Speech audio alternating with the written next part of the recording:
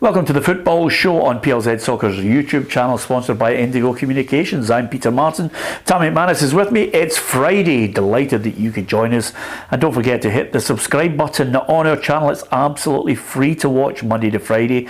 And over and above that, if you download the PLZ Soccer app, you get all the breaking stories as well. There's competitions aplenty. There's one-to-ones. There's so much content on the YouTube channel. And don't forget, it's 24/7. And you always get that little bonus of the Football Show. Tam's here with us. Ruffy will be back, I'm assured, on Sunday when he flies in from wherever he is, on a beach right now in his exotic holidays that he likes. He likes 4 holidays a year, Tam. Must be nice to be minted, Absolutely. Pension and all that, and caked. Yep. Big Ruffy. Yep, absolutely. When you get to that age, Tam, you just think to yourself, got to have the holidays. It's as simple as that. But he'll be back with us, I'm assured, on Sunday when Tam Cowan is taking us all out for a meal. Funny that Ruffy's sensed a freebie and moved his flight forward.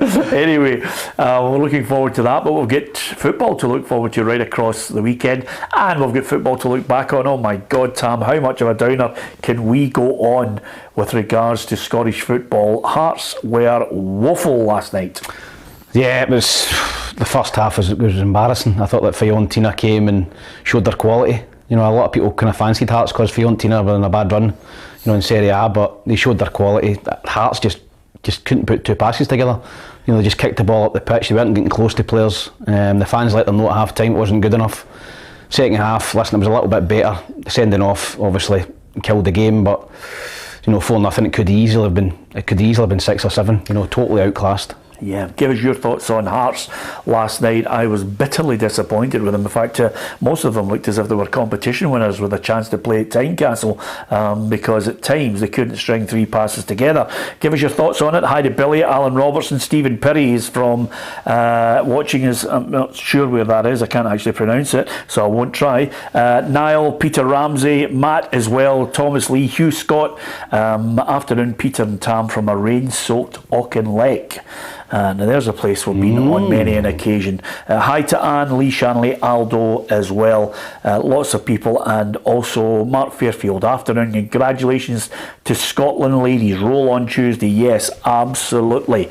Great result, and we're going to talk about Scotland ladies as well, and we're going to hear from our reporter Kerry Pollock, who's been a busy girl today, out there catching all the press conferences and keeping us right up to date. As far as last night's concerned, Robbie Nielsen, well, this is what he had to say after witnessing his team dismantled by Fiorentina. I'm disappointed, obviously, with the result. It was a huge learning curve for us playing against a very good Fiorentina team, but the goals we conceded were poor.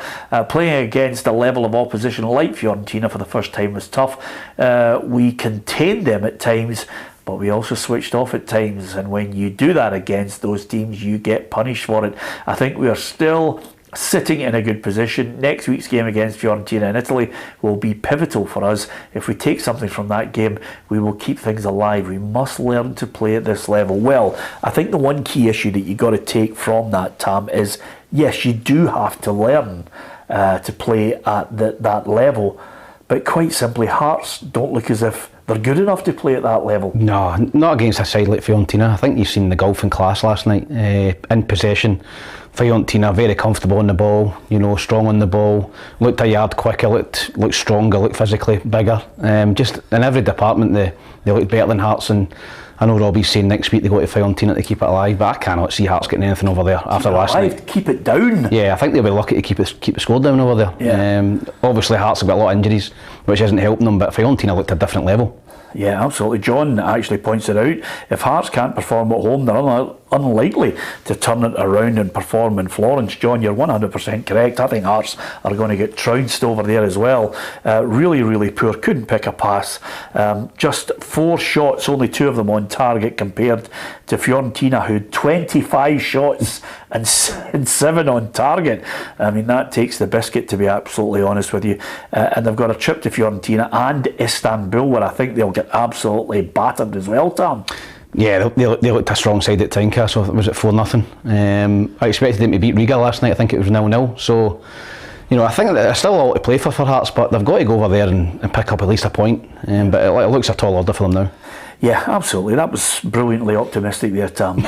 I can't see them winning the 2 games at all. Can you? I think they'll beat Riga at home, but I don't think that 6 points is going to be enough for second place. Yeah, okay. Right, that's Hearts for you. Give us your thoughts on that dismal performance. One of 3 performances that ended up with Scottish clubs getting absolutely nothing in midweek. It was an absolute downer from the European performances. Rangers against Liverpool was just so poor from Rangers. Celtic committing those mistakes that have been evident throughout in this plan A that Ange Postecoglou adopts, and certainly some of the players just can't actually fulfil what the manager is asking of them. Give us your thoughts on that. Of course, from the disappointment of Europe, it's back to the domestic issues. Here's the fixtures you've got to look forward to over the weekend. If you're going to a match, it's St Johnstone against Celtic, Hibs against Motherwell, Livingston Ross County, Rangers against St Mirren, Dundee United Aberdeen, and Kilmarnock against Hearts on the Sunday, for obvious reasons, because Hearts are involved in the Europa Conference League. So St Johnstone against Celtic. St Johnstone got a good win against Dundee United. Nice goal for Stevie May as well. They've got players now I think Callum Davison is happy with, and Celtic, with it all to do now, with Callum McGregor looking as if he's facing a lengthy period on the sidelines, Tam. Yeah, I think that's a hammer blow for Celtic. I think that he is the beating heart of the Celtic team. He is without doubt for me the first name in the team sheet. You know, when Ange goes to pick the team on a Friday, I think he's the first name down if he's fit. He makes the team tick. I don't think there's another player like him at Celtic. You know, other guys get the headlines, your Jotas, Abadas, you know, Kyogos, you know, they get the goals and the glory, but I think McGregor's the best player at the club, so if he's out for a sustained period, which it looks like, I think that's a massive blow for Celtic. Yeah, I'm glad you said that he's one of those players that's so difficult to replace. Ange Postecoglou agrees with you. There's a reason, you know, Callum was the captain, not just, you know, his playing ability. He's a fantastic player and a big contributor to the way we play our football, and also he's, as you said, he's influential on and off the field. So you can't just replace him, with one person overnight. That just doesn't happen. So it's about now other people sort of filling in the breach. Yeah, well, Oliver Abigard, he's got a chance to maybe get a starting position, although the general feeling is he's more of a holding midfielder. He'll probably be a number 6 in there. That's the role that he sees himself in. And that's not... McGregor, for me, can play in any position across that midfield. Yeah, he drives forward, doesn't he? You know, he drives forward and he gets up and supports the strikers. He's got a great engine. You know, he can play offensively as well, so... Celtic have still got quality in there. O'Reilly obviously as well, Abigard. So James McCarthy might come out from Siberia. Yeah. You know, he's been forgotten man at Celtic. You know, he's not a kick. I seen him come on the other night. Maybe he'll get an opportunity, but nobody can replace what Callum McGregor gives you, not only on the park but off the pitch as well. Yeah, this is a chance for Celtic to go 5 points clear before Rangers obviously kick off. But when you look at the other players that might be coming back, well, Carter Vickers and Moy return to training, but Turnbull misses out on this one. What, if anything, will St Johnstone offer for this one? They're sitting 9th in the table now, and suddenly I get that sense as we head into the winter months that my prediction of them getting relegated is going to be wide of the mark. Yeah, I think he strengthened the squad in areas that he had to. He had to bring more goals into the team. He's done that with Nicky Clark, Jamie Murphy, Theo Blair scored a great goal the other night as well down at Kilmarnock. So I think he's got goals in the team. They've been a little bit more solid. Obviously a poor result during the week against Kilmarnock, but I think they'll just try and do what they usually do against Old Firm at home. They'll try and defend properly and sit deep and try and hit Celtic on the counter-attack. It's up to Celtic to break them down. Not playing particularly well at the minute, Celtic, you know, so I think 3 or 4 weeks ago you'd have seen a straightforward, you know, 3 or 4-0 win for Celtic. I don't think that's going to be the case now. I think it's going to be a little bit more of a battle. St Johnstone have improved. I don't think Celtic are as good, but I still think Celtic will go up there and win the game, but it might be a narrow 2-1. Yeah, you're going 2-1. I was just actually hurriedly trying to get to you there, Tam, to see. I think I went 2-1 or 3-1. I wonder what he's picked in it. I've got St Johnstone 0, Celtic 2, and you've got 3-1. Yeah. So there you are. Of course, Callum McGregor out. Who's going to step up to the plate with the captain gone? You can give us your views on that, and you can give us your thoughts on how you think the game's going to go.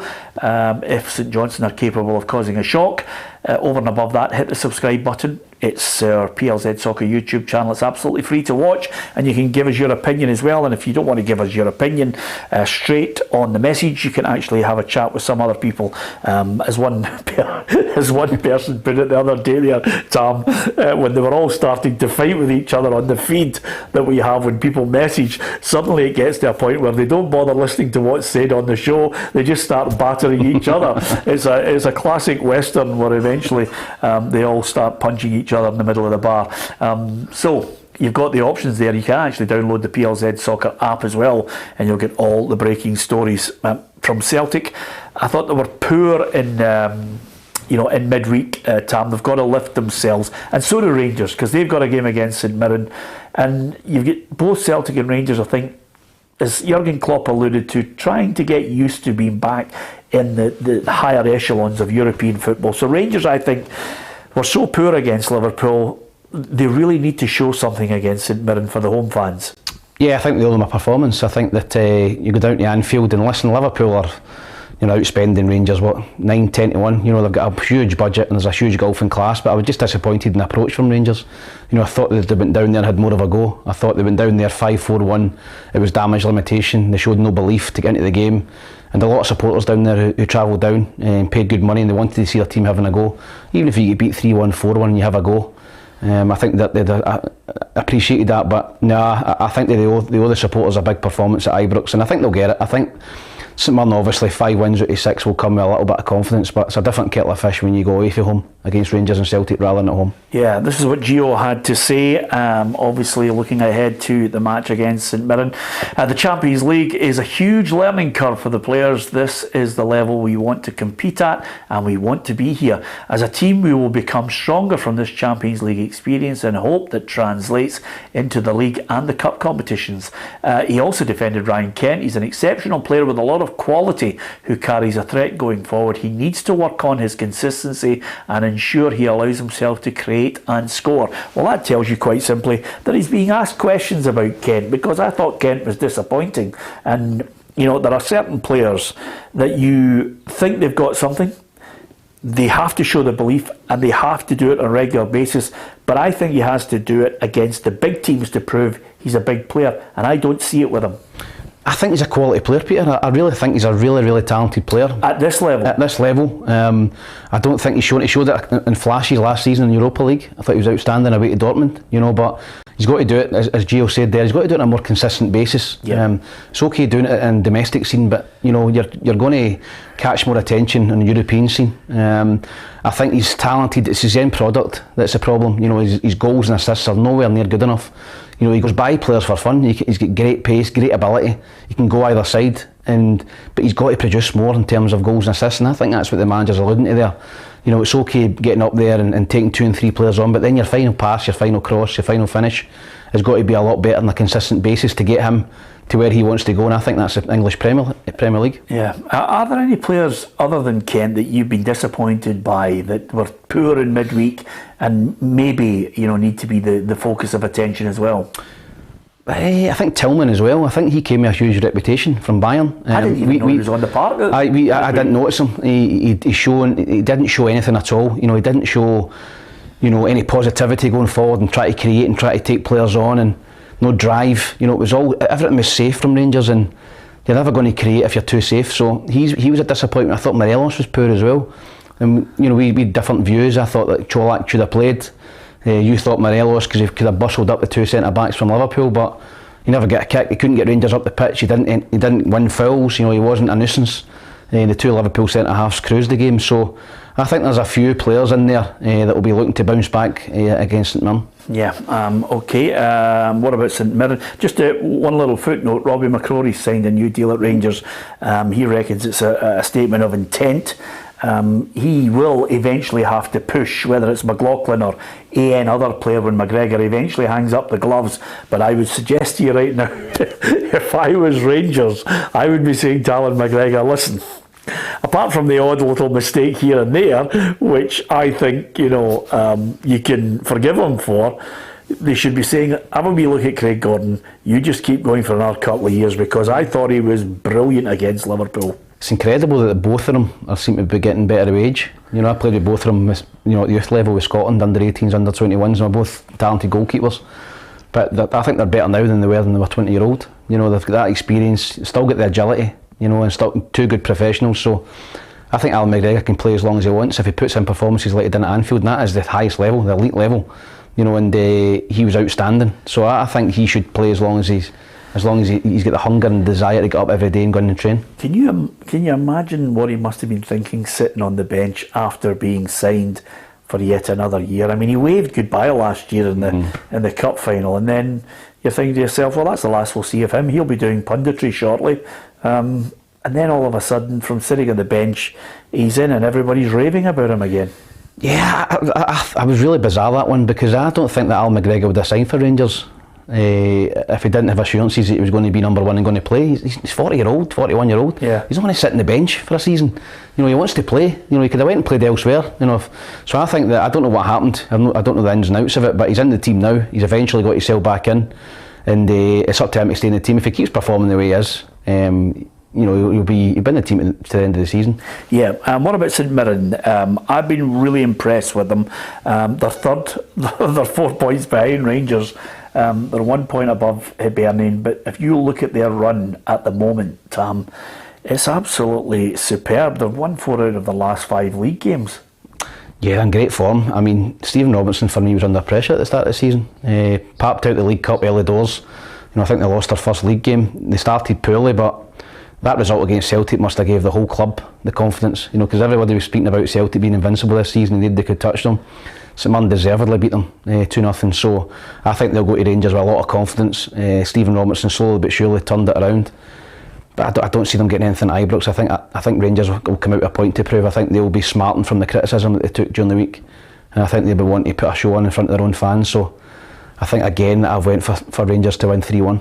Okay, let's find out about that. St Mirren Campbell reporter Kerry Pollock was out there to chat to Stephen Robinson. Thanks, Peter. I'm here at the St Mirren Training Centre in Paisley, where the manager Stephen Robinson is looking ahead to his side's game against Rangers at Ibrox tomorrow. Now, as we already know, St Mirren are the only club in the Premiership so far to take 3 points away from Celtic, and they'll be looking to do that again against Rangers tomorrow. So they've proven already that it's not impossible to take points away from the two big hitters in this league. But he said it's all about recreating that atmosphere and having the right mindset going up against Rangers tomorrow. He even gave a nod to Mikel Arteta, the Arsenal manager, and his tactics that he used to prepare his side to go up against Liverpool at Anfield. But he said the speakers here in Paisley aren't quite as loud as those down in London. A lot of it's mindset.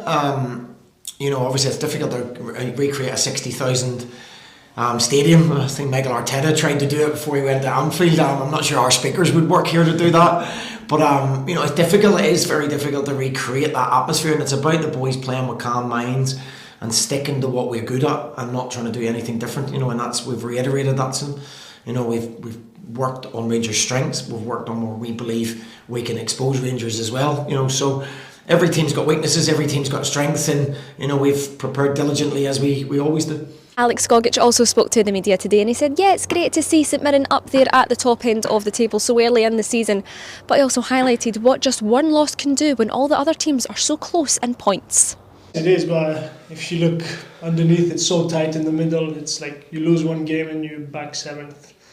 So it's so tight, which is nice for the league. Shows everyone's doing well, but we'll see. Yeah, first time I've seen Alex Gogic without a yellow card near his face. And hair. And hair as well. Yeah, he's been good for them. He's a good signer. I liked him at Hibs. Yeah. He wasn't great on the ball, but in terms of breaking the play up, I thought he was terrific. I think he suits the way St Mirren plays. He can get in there and break things up and give it to the more creative players. So I think he's been, as I say, my brother-in-law is a season ticket holder and he loves him. He thinks he's a great player. Yeah, okay. I've gone for that one. I've gone Rangers 2, St Mirren 0, because I think Rangers will bounce 3-1 back. For me. Yeah, okay. Hibs against Motherwell, your boys. Are you happy with them at the moment? Yeah, I am. I think that Hibs are in a good place at the minute. I think a great result last week away at Ross County on a decent run. I think that's 3 wins and a bounce. So they're starting to hit a bit of form. Martin Boyle coming back, has been massive for the club. I think not only on the pitch but off the pitch, he's a huge character in the dressing room. Everybody loves him at Easter Road and up at the training ground. So I think him coming back is a masterstroke. Ryan Porteous playing very well at the minute. You know, we've seen that last week, a clean sheet and a goal. So Hibs have got a bit of quality, and they've got players coming back. You know, we spoke about it earlier on. You know, Melkerson's back. You know, McManus is back. Nisbet's back training. Aidan McGeady's on the way back. So all of a sudden, he's got a lot of options to pick from, and a lot of competition for places. So I think the hardest thing for Lee Johnstone will be try to keep everyone happy. You know, you can only pick 17, 18 on a match day. He's going to have 20, 23, you know, decent first team players to pick from. There's going to be people in the stand. So that's a balancing act. It's the hard part, I think, of being a manager, is to try and keep everyone happy and keep the spirit together. Yeah, well, the manager certainly is liked by the players. Our reporter Kerry Pollock was chatting in a one-to-one with Hibs fullback Chris Cadden. Yeah, it's been good. It's been different, obviously. It was a completely different style of playing. But it's been really good. I think all the boys and have all bought into what he's doing, and he's got a real clear message on how to play, which is always good when you go out on the pitch. You have a clear way of playing, and you know what's expected of you as a fullback as well. I know what I need to do. I know my jobs every single time you go on the pitch, and yeah, that's great for a player because it's really clear, concise, and you're going to the pitch, you know exactly what you're going to do. And yeah, it's been great. And his coaching staff have came in. It's been a seamless transition, I'd say, and I think. I think we're just getting better. I think we're getting better every week, and yeah, the 3 games on the bounce is great, and hopefully a 4th on Saturday. Yeah, and if you want to see more of that interview, Kerry had that sit down with Chris Cadden. Great stuff, good chat with him as well. Really good content, and it's on PLZ Soccer's YouTube channel. It's always good. Kerry and Adam have been grafting like mad this week. Of course, you and I were grafting in between the odd beer and red wine. It was hard work down there. Yeah. Going to hospitality and getting a few pints. That was tough, but. No, they're working hard. They're getting better every week.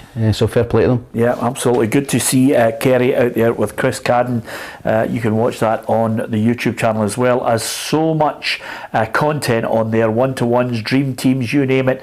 If you are looking for your football fix in Scottish football, hit the subscribe button, join the football family, and there's lots more coming up and some absolutely fantastic competitions on the way as well. Just on that footnote of Motherwell going to Easter Road, Motherwell themselves looking good. I didn't see 5-0 against Ross County, I'll be honest with you, but if Louis Moult can't get in the side and Van Veen's hitting hat-tricks, Stephen Hamill's side are in a good place. They are. I think they were very unfortunate a couple of weeks ago against Hearts. I think they lost the game 3-0, but supposedly they had 5 or 6 great opportunities to score. So I think that Stephen and Brian Kerr would have thought that performance was coming and those goals were coming. So played well at Parkhead as well. Only lost narrowly. So they're improving. I think that Stephen Hamill will get the best out of them. He knows our players. He knows the squad. Brian Kerr as well. And they'll go to Easter Road positive. I think they'll go try and have a go at Hibs. I don't think they'll sit back. So I think that'll be quite an entertaining game. But I think Hibs have just got the bit between their teeth. They're unbeaten at home this season, and I think they'll make it 4 on the bounce. Okay, I'm going for Hibs 1, Motherwell 1. What about Livingston against Ross County? Well, would you believe it? Kerry caught up with David Martindale. Livingston boss David Martindale has been looking ahead to his side's game against Ross County this Saturday. The Dingwall side haven't won a game since August. In fact, it's been their only win in the Premiership so far this season. But despite having a good record against Ross County here at the Tony Macaroni, David Martindale says facing a squad that's going through a difficult time can sometimes make it that bit harder for them to get a victory. Obviously, Malky and Ross County had a game on Tuesday night. Came out the bad end of a defeat, but I think that makes them that wee bit harder when they come here. It makes the game a wee bit more difficult. Their thought process slightly changes coming to us now. So we had it with Dundee United after the Celtic game. It's not the exact same, obviously, but I think the team come here, the opposition comes here with a different mentality. Livingston defender Ayo Obalai says that his side are ready for a battle. As I said, yeah, sometimes it does make it harder, but obviously it does depend on the day, how they perform. But I'd expect it to be harder, I expect the worst, obviously. So I'd expect them to be harder, and I expect the game to be a tough game. So I prepare myself, and the team prepare themselves for a battle. Yeah, I like him actually. He's a machine. Well, not only that, you can always tell when a player is doing his job well, because he was roundly booed by the St Mirren fans last week, and he just kept ploughing through. He looked as if there wasn't an ounce of fat on him. Yeah, he's a decent big player. He was at Queen of the South when I seen him. He looked decent, and he goes in there, he suits Livingston. A big monster at the back, goes and heads and kicks it, and defends properly. So Yeah, just speaking to him there, I totally agree. I think Ross County will come down like a wounded animal. I think that result during the week will have hurt the players, hurt the manager, and I think they'll come down, with a wee bit of a point to prove. But I just think Livingston at home, the weather probably be terrible again tomorrow. The weather's, rain and wind, so I just think that Livingston, everything, aligns for them to get a narrow win. I sometimes think once we get into October, November and December, because the pitches take a battering, and okay, it's an artificial surface, but because you are sometimes dealing with high winds, I think goals are hard to come by. I always feel as if this is the point where you start to see games where it's just edging by the odd goal. I've got Livingston to win by 1-0, but Ross County have to get it together. I'm really surprised that two players have made such a difference to them, Tam. Yeah, they can't get the wins. Yeah, I think Hungbo and Regan Cook, listen, they were huge players. They got a lot of goals and assists last season. Both of them moved on, but that's the thing with clubs like Ross County, Livingston. You can only sign guys on 1 year deals. You can't sign players on 2 and 3 year deals, because financially it could cripple you. If they're not good enough. So there's going to be a huge turnover of players. There always is, particularly at Ross County. So it's asking a lot for Malky to keep pulling rabbits out the hat and bringing guys up from England who are going to hit the ground and hit 10-15 goals. So I think last season was a little bit of a freak season for Ross County, it looks like, and I think they're banging a relegation battle now. Yeah, absolutely. Well done to Kerry getting out there to Livingston as well. And don't forget, on PLZ Soccer's YouTube channel, you can see Kerry welding a boat together and, of course, doing wheeler dealers and building a car from scratch. She might as well do everything, by the way. She is. She's out and about. She's keeping herself busy. That's good. There's not a thing she can't do in this programme. It's brilliant. And, may I add, she's on the preview with us tomorrow, Saturday morning, because there's no Ruffy. I'm sitting here in the seat. And strangely enough, when I was sitting in Ruffy's seat, I felt as if, I just wanted to sit here and not really have an opinion on anything. Yeah, you're a little bit vanilla. Was it 6-1-1s you went for? Yeah. So, yeah, absolutely. And then that strange urge to go and play mixed doubles tennis. That's what happens when you sit in the seat. Dundee United against Aberdeen. I loved some of the lines that I saw coming through, talking about. There was I don't know if it was a promotional poster talking about the new firm, and it was one of the papers up in the northeast talking about the New Firm game, and I thought, New Firm? Are you kidding me? Dundee United, for me, are in free fall. I think they're in trouble. I think unless they can suddenly start to get 1 or 2 results, Liam Fox is going to have a very, very tough winter. Yeah, I think he's got a really hard job up there. I think that the pool of players assembled, a lot of experience, a lot of quality in there, but just not pulling their weight, not doing it for the manager. Obviously, Jack 4, conceded 22. Yeah, I think Jack Ross, again, I think he's maybe a little bit harshly treated. Sack him a bit early, they give it to Liam Fox. Big job in their hands. I noticed that they're now favourites to get relegated. So I think it's going to be between them. Kilmarnock got a great result during the week, but Ross County are the kind of target, I think, for Dundee United. But Dundee United need to start picking up points quickly, and I don't see it against Aberdeen. Aberdeen are appealing the Jim Goodwin 8-game ban. Why would you appeal 8 games? Why would you appeal? He's bang out of order. He is bang out of order, and I think it was a case of trying to influence the referee before the game as well, which went against him. I think he'd said that in one of his interviews that he'd already spoke to the referee before the game to keep an eye on Porteous, and I thought that was poor as well. You can't try and influence a referee before a game. Obviously, he comes out after it and calls Ryan Porteous a cheat. It wasn't a clear cheating incident. If it was I spoke about this before, if it was Alex Schalk and they dived, a blatant dive, then you can understand the manager being upset. But it was 6.5 a dozen, the 2 of them are grappling, it was a soft penalty, but by no means was it cheating from Ryan Porteous. So I think he's got to take it in the chin. I was expecting him to get 6-8 games, and Aberdeen will not be happy, but he's got to take it in the chin. He can't come out with that again. I don't think any manager has got the right to come out and call players cheese. Yeah, I'll tell you one thing though, it looks as if he's getting something out of this Aberdeen side. I'm looking at it, I'm thinking, so I think they can win 2-1. Yeah, I do as well. I fancy Aberdeen. I think Aberdeen have got goals in them. Miovski, Johnny Hayes looks revitalised up there. Excellent. 4,000 tickets. Aberdeen coming down to Tannadice, 4,000, a huge crowd behind them. I think they're a buoyant club looking on the way up, and a wee bit of confidence about them after a great result last week. Dundee United, confidence at their bootlaces, so I cannot see anything other than a comfortable Aberdeen win. Yeah, okay, before we get to Kilmarnock against Hearts, I'd like to read out some of the messages somewhere along the way. I'm going to read out Stephen Waitman's message, Tam. because you'll appreciate it. Stephen says, hi Peter and Tam, I was there at a speakers night in Bishop Briggs last week. It was some laugh, especially when you were slagging off the wife, although she wasn't with me, she was with me, not Dave. Do you remember the wife? And of course, Dave won every raffle. Dave won the money. That's right. Aye. Whoever Dave is, you better watch out, Stephen, because the wife nearly left with Dave because he had about 18 raffle prizes, right, didn't he? And 350 quid. Right. I would have left with Dave. I think there was a shares inquiry there, by the way. Something was going on there. I think his ticket was stuck to the guy's horn when it was going in. It was a good night though. It was a great night for West Park, my old boys club. I'll give them a wee mention as well. Absolutely. Happy memories for you. You were well received there by them. Yeah, it was. Listen, I signed from Hibs from West Park. Can remember it well. Petershill Park. Scored a hat-trick and 2 of the Hibs scouts were at the game. So that led to me going through to Donald Park's Hotel, wee parky, and signing an S form for Hibs. So yeah, I think that's long gone now. You know, boys clubs, players sign pro from boys clubs because of the pro youth, and you know, you're picking up boys and even girls as well at 10, 11, 12 year olds. So I think the days of players going from boys clubs to senior clubs, sadly, are gone. Yeah, absolutely. And we did mention, obviously, on the night at Bishop Briggs that West Park, when they're developing players like Tam, sometimes if they go all the way to the professional game, there's a little bit of money trickles down back to the club for the investment that they put in a young Tam McManus. But sadly, no money came from Tam.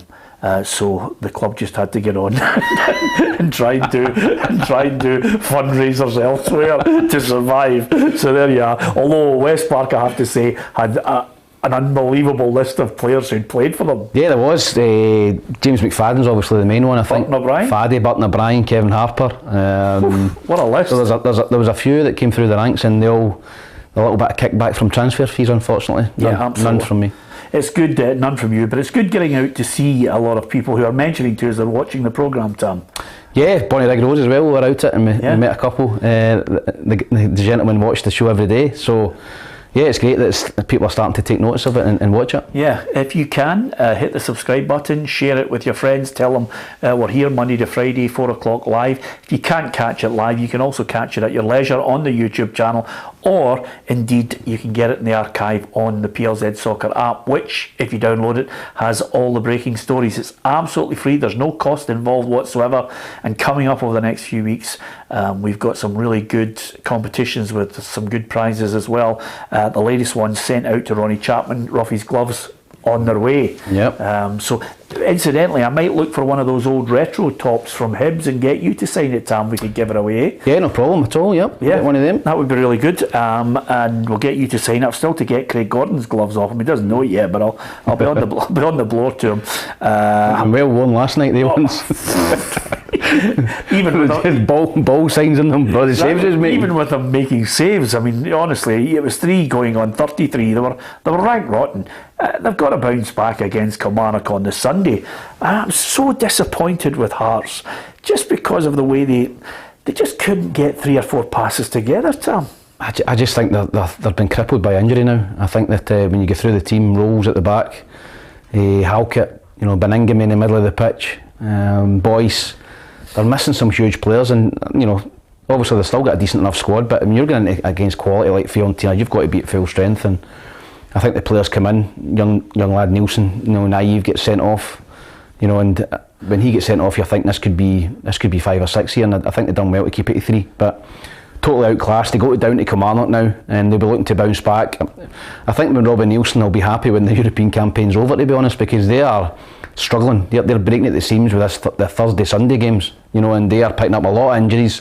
Their squad's getting stretched, and I think that he'll be happy either way if they go through or they get put out, that they can just concentrate on playing every Saturday. Yeah, 20th of October we've got the hearing for Kyle Lafferty, and there's another twist. Derek McInnes says he wasn't aware that he was offered an earlier date for Kyle Lafferty's hearing.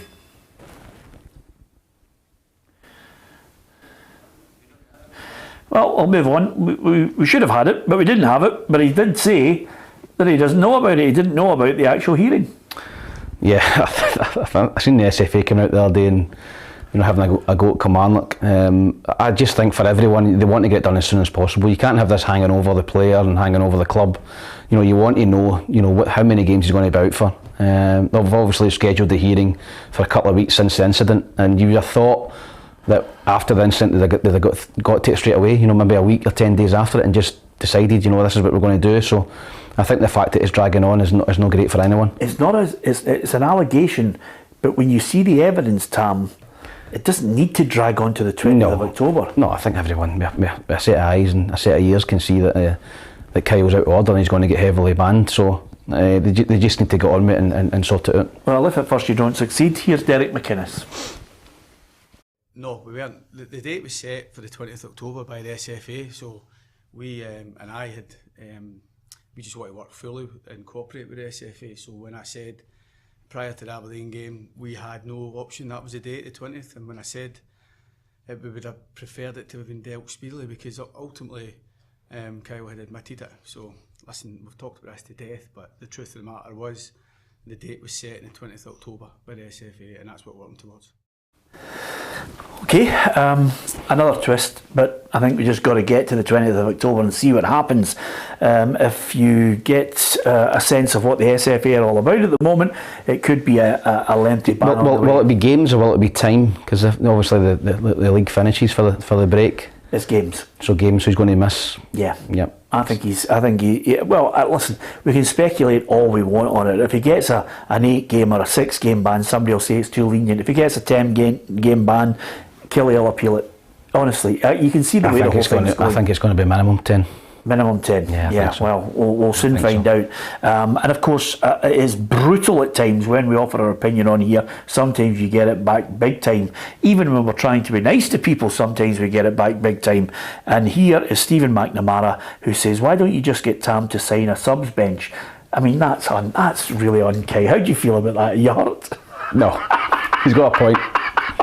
If I even knew, I don't know. Did Tim sell off their stuff when they were redecorating? They did. But remember Tam McCourt? They used to be the groundsman. Oh, Tam's a great lad. Yeah. Big chin, Bruce Forsyth. So anyway, when I was a sub, I used to have a wee bit of grass, and I used to say to Tam, "You've not done this wee bit of grass." He was the groundsman. He took great pride in his pitch. And there was this wee bit, it was all patchy and all that. I says, what are you doing with that bit there? He says, okay, that's for you. I know you're going to be there every Saturday. So I don't try and put any seed on it. Harsh, but fair. Okay, you can give us your thoughts on the Scottish Premiership fixtures. What did you go for? I've got Killie 1, Hearts 1. I think Kelly will beat them. We went 2-1. Yeah? Yep. Brilliant, okay. I don't know where we all are. Because we've been on the road with the Champions League games with Rangers and Celtic, I don't know where everybody is in this predictor. All I know is that from last season's predictor, we're finally getting the meal on Sunday, Tam. We are brilliant. Tam Cowan's finally opened the purse strings and he's taking us all out. Don't tell them where, but no, it's a nice Italian restaurant somewhere in Glasgow, so we're all looking forward to it. As I said, it's been a long time coming, so we're looking forward to a good night. Yeah, absolutely. And Don says Tam looked well on the Derry City bench as well. To be fair, I think you played. I saw a picture of you playing at Derry City. Somebody posted it to us. No, I wasn't. I played quite regularly. I played regularly there and scored a few goals and scored in Europe. So. No, I'm not accepting that one for Derry, but the Hibs one, possibly. No, absolutely. Okay. To be fair, how many games did you play for Hibs? 125. Which is what people want for younger players to get 100 to 150 games. 6 years? He's 1990. I think it's about 7 years. 7 years. Absolutely. Was that the best time of your life? Yeah, absolutely. I think when you look at the players coming through at Hibs, we all come through together and we had some great moments. But obviously a little bit inconsistent, but. Some great nights, some great highs, and unfortunately I never won a trophy at the club. We got to a couple of finals and got beat, but I think the foundations were set for Tony Mowbray to come and pick up, some really talented young boys, finish third, and then John Collins obviously winning the League Cup. So it was that set of players. It was a terrific set of players. Yeah. Okay. That's the Scottish Premiership. Give us your thoughts on how you think it's all going to fare. Just one little point that I was going to ask you, Tam, and it's just basically because I'm looking and I'm saying to myself, this is looking good for Partick Thistle in the Championship. The way the results are going, Thistle, I think they're in action tonight against Inverness Cally Thistle.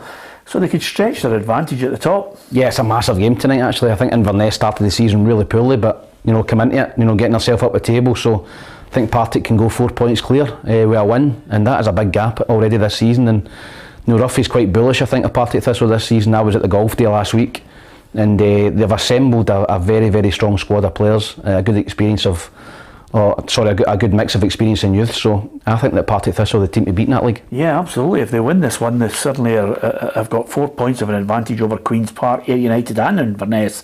Inverness, if they win, will go level with Thistle in the Championship. We've got to say, fantastic last night. Watching it, I sometimes get thrown by the fact that the commentator, I know Alec O'Henley, he's a great lad. It must be so difficult for him to actually commentate in Gaelic and then suddenly ask the co-commentator a question in English and then fire right back into Gaelic again as Scotland ladies in extra time. The women did, just done as proud by that result, 1-0. Yeah, great result. I think over 10,000 here at Hampden, which is a record. So the women's game has grown, in this country. Fantastic result. Play Ireland next week at home. Again, I think there'll be even more at that game. It's the last playoff game to get the World Cup. So just over 10,000. Yep, and fantastic. And Ireland at home. It's a game that Scotland will be, confident of winning. I think Austria was possibly a harder game. So every opportunity for the Scottish women to get the World Cup, which would be great for women's football in Scotland. I'll tell you one thing that was really good about it all was quite simply when you see the camera panning round the audience, the amount of young girls in there who are at the game. Strangely enough, Tam, as the women's game gets more and more popular, the one thing I notice about the women's game, certainly when there's big crowds down south, it is more of a family atmosphere. There's less of an edge of that, behavioural. Yeah. When you get to the men's game, we've got a real worry over fan behaviour outside and inside the ground. The women's game is a totally different vibe to it. Yeah, it's family orientated, and young girls are seen as heroes. And we've got some, Caroline Weir playing for Real Madrid. What a terrific footballer. Yeah. Playing at the very, very top level in European football. Great for all these young girls to aspire to be the next Caroline Weir. Or Erin Cuthbert. So I thought it was a good performance. I think the women's game's grown here. I played in America for a couple of seasons, and the women's game over there was just as big as the men's. And I think England play USA women tonight, which should be a great game. So I think it was a great result, and hopefully, fingers crossed, they can go and beat Ireland and get to the World Cup. Yeah, you can give us your views on Scotland's chances of beating the Republic of Ireland. Are you going to go to the game? Give us your thoughts on the women's game as well.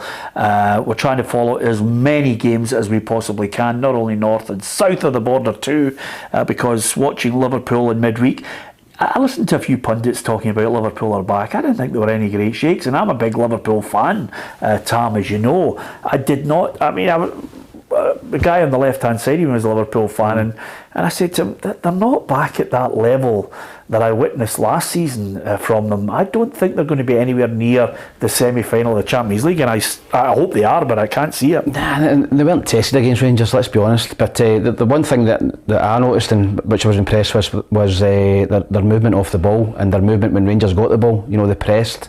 Rangers weren't good enough to pass through that press, but Liverpool were like that. As soon as they lost the ball, the whole team was after the ball again, and I think better teams, Real Madrid's, Man City's, even maybe Bayern Munich, PSG, will be able to pick through that press with better quality, and I think they'll get at Liverpool more. No disrespect, I accept your point. I think that was the real problem with them, but I thought Rangers players needed to be more brave in making that pass. They were scared to make it. They had no courage to go on the ball. When defenders get the ball, all they could see was jersey numbers. People didn't want the ball, didn't show for the ball, and when that happens and Liverpool are pressing you, Rangers couldn't get out their half the first half. But I do think that your Man Cities and your PSG's better teams will expose Liverpool at the back.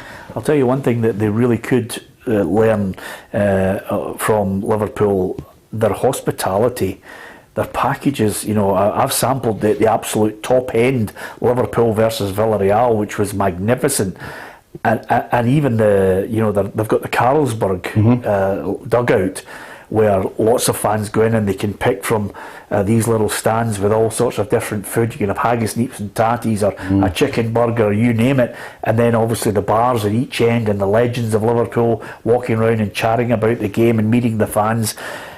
There's Rangers and Celtic do it to a good degree, but I still think they could learn off some of the clubs down south and the level that they've got. Yeah, it was a thoroughly enjoyable evening. You're right, everything was well organised. Easy to get in. Everything was there for you. If your food and your drink What I would say is Hibernian seem to be, their hospitality is supposed to be top notch, and I think that obviously comes from the owner, Ron Gordon. In America everything's fantastic. Going to the games, a great experience, a great night out. But I think Hibs are the one for me. They've spent £1 million doing up all their suites and all their hospitality, and in the long run, that's going to pay dividends and put money back into the coffers, because as far as I can see at Hibs, their hospitality is sold out every week. Yeah, well, more power to them for it. We need to look at the fan experience and make it thoroughly enjoyable. Get there. I'm not quite sure we're going to get to the tailgating each other, putting bumper to bumper, opening it up and then taking. That was great in America. Taking out a few tinnies. We played. I remember going to a college American football game. Yeah. And I'd never been to America before, and I'd only signed, and we went up to Boulder in Denver, and I says, right, where are we going to a bar? No, there's no going to a bar, we're drinking at the car. I went, what? He says, we're just going to drink at the car. And they put the boot down, and they had a thing with barbecue, disposable barbecue, and they had the beer keg in the back of the car with the tube coming out it and pouring pints, and that's what they all do over there. It's mental. Yeah, absolutely. We're not that far behind, Tam. We used to do that. It's a bag of cans here, isn't it? It was old firm games that were on the bus. Illegally, but nevertheless, English Premier League fixtures: Newcastle, Brentford, Bournemouth, Leicester, Man City against Southampton. Are they going to rest? Are they going to rest Haaland for the rest of the Premier League to maybe get a chance? Chelsea, Wolves, Brighton, Tottenham. I think if you are a fan of any team that's playing Man City, you just got to go and savour Haaland. He is a machine. You look at some of the stats on social media coming up and the amount of goals he scored. He's 22-year-old and he's miles ahead of Messi and Ronaldo. So here is a guy who has scored well over 100 goals already at 22 years old. He could break every single record in football history. Bar Pelé, who scored 3,000 goals in bounce games. But I think he is, you're looking at your Messi, your Ronaldos, he could eclipse him. Yeah, I've got, and I don't know if you'll be able to play it because obviously you wouldn't have a VHS recorder, but let me tell you right now, Tam, don't knock the Pelé. No, the big man, even though he scored in friendlies, the big man was doing it long before they'd ever thought about it. Even in a World Cup, when I think it was the Czechoslovakian goalkeeper thought, I think I'm going to kick this ball long, something that Joe Hart needs to try and learn to do from time to time. So he kicked it long and Pelé volleyed it back him. Not one of these, I'll take a touch and then I might chip the goalie. Volleyed it back. The dummy round the goalkeeper's one. one. Uruguay will never be. I wish it had gone in. It would have been the greatest goal ever scored in a World Cup, better than Maradona's, because of the sheer cheek of it all. Yep, the skill involved in that dummy and the goalkeeper and round him. Unfortunately, just put it wide of the post, but that just shows you how intelligent he was as a player as well. Yeah, absolutely. But Haaland's one of those guys. I saw on TikTok, honestly, how sometimes you're just scrolling, TikTok, at my age, the game's gone, isn't it? But I did see on TikTok, they were showing you Haaland as a boy. And he was banging them in with the left foot from every level. He was just frightening. It's like every team, it's not as if he's just, he never had a good time at that club. Every single club he's been at, he's battered goals in, even with Norway, who are poor. He's scored the I like this. Hugh Scott says, Peter, I think Pelé counted his goal and escaped to victory as well. That's fair. I like that. Hugh, you've got line of the day for me. It was a great movie, some ham acting, but brilliant. It's not often you get to see. I actually think Mike Summerby, the Manchester City player, was in it. Russell Osman of Ipswich Town. Great movie. Great film. What's his name? Rocky. Sylvester Stallone. Who else was in it? Michael Caine. Yep. He was in there. John Wark. Bobby Moore in it, no? Bobby Moore was in it too. Good shout, I don't know why I remembered Russell Osman from Ipswich Town.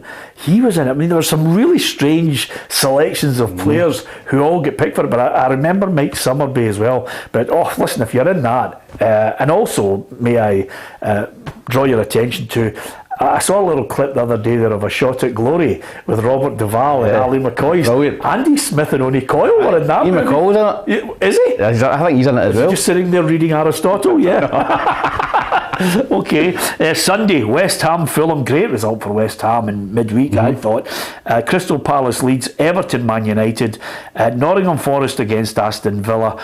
And there it is. But can I just say for Everton against Manchester United, what about Ammonia Nicosia last night? By the way, they took the lead against them. They did. I actually watched a bit of that game. Man United were well on top, and Ammonia Nicosia got a breakaway. Neil Lennon was going mental on the touchline. I think he's done well with them. I think the atmosphere looked tremendous, behind the goal. Playing the green and white hoops as well, which was great for Lenny. He loves a noise up, doesn't he? And he scored 2 goals against Man United, and listen, Man United's wage bill will eclipse Nicosia's, so they didn't disgrace themselves. Yeah, absolutely. Thanks to Jason Ladd, who said McCoist was the worst actor ever. That's right. A bit harsh, by the way, to be perfectly honest with you. I've seen a few wooden ones in my time. And Hugh Scott says Ozzy Diaz was in it too. He was such a fantastic player. Listen, it's always good to talk about wee football movies. That's a great football movie. Arsenal against Liverpool is the one match that I'm going to try and make a point of watching before we have our night out. When is that, Sunday? Sunday. I think it'll be about 4:30. I'll need to check the time of that, but if we could watch that and then head off to the big night out, it's going to be fantastic. Here's what Jurgen Klopp makes of this game and Mikel Arteta. And then every team is different, every score is different. If you pick injuries, you make the situation much worse. If everybody is available and you have robust players that can play every 3 days, life is much easier. So it's something that we have to experience and taste, because at the moment we don't really know how it's going to play on. For us, it's much more important that we become unpredictable again, and we need different systems for that as well. And so this is not the only system we can play. This was now Jurgen Klopp's just suggesting that he might actually change the system a wee bit. Of course, it's a long time since Liverpool and Man City have changed the system against Arsenal. That just shows you how well they're doing, because they would have been confident going into that game. Arsenal, let's be honest, Arsenal have been a shambles for years now. The dominant days of Arsene Wenger and Thierry Henry, Patrick Vieira, we grew up watching that team, the Invincibles. Yeah, fantastic. But they've been through managers. They've stuck with this guy Arteta, which I think's been a masterstroke. I think a lot of people watch the Amazon Prime documentary. I think he's a terrific manager, a terrific manager. I want him to do well, and I think if they can beat Liverpool, they are serious title contenders this season. Yeah, absolutely. Okay, one little point that I want to talk about before we finish, but thanks to so many of you for all your messages and of course your opinion, because we relish your opinion on the programme. We always like to say to you, try and keep it decent. We do try and ban people who obviously can't keep it decent. If you hit the subscribe button and join the football family, you get chances to win things. You get a chance to exchange your views with people on here, and it's absolutely free. And every now and then we get a chance to read out some of your points. It's 4:30 Arsenal Liverpool, Tam. So I think we can watch that. And then Gallant, who is a regular contributor here, has said, "What time are we all meeting, Peter?" I mean, by the way, see if Tam Cowan was here, he'd say to. I mean, he suggested actually we bring some of the punters. To it. Deep pockets. It was a nice gesture, but I quickly. Is he buying the drink as well? Is that included? I don't know. Check that with him. I think it is included. Because there might be a few members of our staff could bankrupt him. Well, I was going to say that, but not only that. By the way, as soon as he suggested bringing some of the punters, I thought, no, we've got to kibosh that, because the last thing you want is to try and suppress the type of person you really are, and of course we don't want people to get to know what Ruffy's really like. So nevertheless, it's going to be a right good night out, and thanks to so many of you for mentioning about Thanks to so many of you for mentioning about that movie Escape to Victory. Some people liked it, some people didn't like it. Tam, that's the joy of it, all these movies. I can't believe you wouldn't like it. I thought it was great. I thought it was a great film. I thought it was a brilliant film. Quite funny as well. Yeah. I'm trying to think of the worst sporting movie of all time. That's one of our competitions. We'll try and come up with the top 5 best sporting movies. The one, the Newcastle boy. Who was in Newcastle? He played for Newcastle. The Argentinian guy. Goal. Yes. Terrible. Didn't like that? Bendy Like Beckham was alright. Yeah. Keira Knightley. I'll tell you what is good, is a really good sports movie if you get a chance, with the inspirational speech of Al Pacino in it. It's about American football. Any given Sunday. Any given Sunday. There it is. That's Brilliant. A good movie, isn't it? That's a great movie. Yeah. When Saturday Comes, Sean Bean, that was a good film. Yeah, there's a few. We'll come up with a top 5 for next week. Good shout, Tam. Just before we finish, Messi, He's just announced he scored a great goal in midweek, 1-1 against Benfica. I watched it the other day there eventually, and it was an absolute belter from him. But he's announced that the Qatar World Cup will be his 5th and final World Cup for Argentina. And with that in mind, Tam, I'm going to be all sentimental, all nostalgic. I hope he wins it. Oh, I'd love him to win it. I know he won the Copa America, which is a big tournament in South America, but for him to lift that World Cup and emulate Maradona, I think would complete him as a player. I don't think Argentina are good enough, so he will have to put them on his back, I think, and try and carry them to victory. Yeah, absolutely. And of course, we've got lots of people sending us messages. I've just spotted one here. I'm not sure should I read this out? Now, Stephen McManus says, "Hi Peter and Tam, I must admit it's a much better show without Ruffy and his fence sitting and blaming Starfelt for the weather." So that's one that's one good one, to be perfectly honest with you. But two is different. I must admit, I like the big man there because we have a wee bit of banter with him as well, don't we? No, I think it's better with two, Peter, to be honest. I would keep it with two. Okay, on that note, it's been an absolute joy having Tam here, and you for offering all your thoughts on football. Download the PLZ Soccer app. You'll get all the breaking stories on your phone. You can actually watch the programme live, and over and above that, you'll get the football stories from Scotland, from England, from across Europe and world football, as well as all our archive video material. So it's well worth it, and really looking forward to that as well. And here's another one. I've just got to I'm going to finish with this, because if you go onto Twitter and go onto the Evening Express Sport, they're giving you a chance to download Show Your Support for Aberdeen boss Jim Goodwin by wearing our band mask to Tannadice. So you get a chance to wear a Jim Goodwin mask. That's brilliant, isn't it? So that's great. Just when everybody, now this could work in their favour, because just when everybody thought he's going to be sitting in the stand, Jim Goodwin could have a Jim Goodwin mask on and be close to offering some advice to his team in the back room. A Jim Goodwin mask, as if we haven't got one is enough. Anyway, thanks to each and every one of you for all your points of view. Hit the subscribe button if you can. Enjoy your football over the weekend and make sure you go home safely. We're certainly going to try and go home safely on Sunday night with I'm ordering the taxi now, Tam, to make sure. Nightclub in this place? We'll find a nightclub, don't worry about it. Is the tunnel still open? No. If it isn't, let's try and reopen it. Simple as that. Thank you very much for watching. We'll see you again on Monday.